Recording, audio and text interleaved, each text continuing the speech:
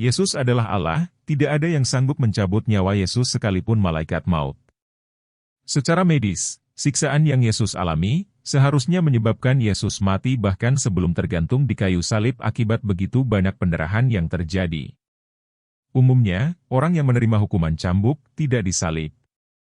Orang yang dihukum salib, tidak dicambuk. Yesus menerima cambuk dan salib. Bekas luka akibat cambuk itulah yang disebut bilur. Supaya dengan cambukan itu, tergenapilah perkataan Nabi Yesaya di Yesaya pasal 53 ayat 5d, dan oleh bilur-bilurnya kita menjadi sembuh. Menurut KBB arti kata bilur adalah luka panjang pada kulit. Yesus dicambuk dengan cambuk Romawi, ujung cambuk ada 3 paku berbentuk seperti kail pancing, sehingga ketika dicambuk, daging akan ikut terkelupas, sehingga ada begitu banyak darah yang tercurah.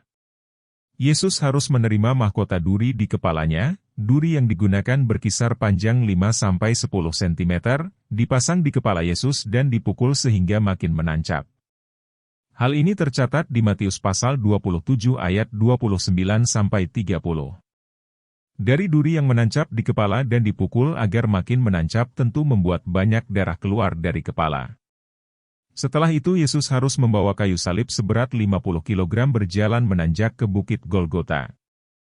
Jalan yang menanjak tentu lebih berat, ditambah segala luka dan pendarahan yang Yesus sudah alami.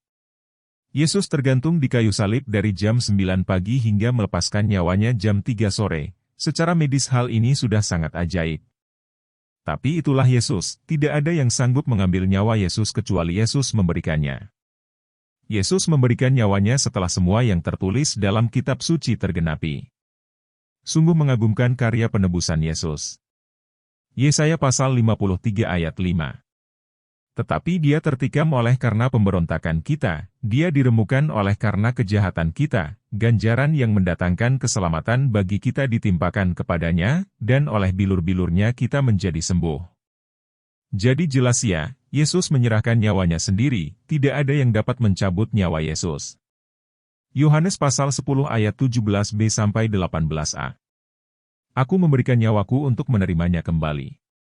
Tidak seorang pun mengambilnya daripadaku, melainkan aku memberikannya menurut kehendakku sendiri. Aku berkuasa memberikannya dan berkuasa mengambilnya kembali. Tuhan Yesus memberkati.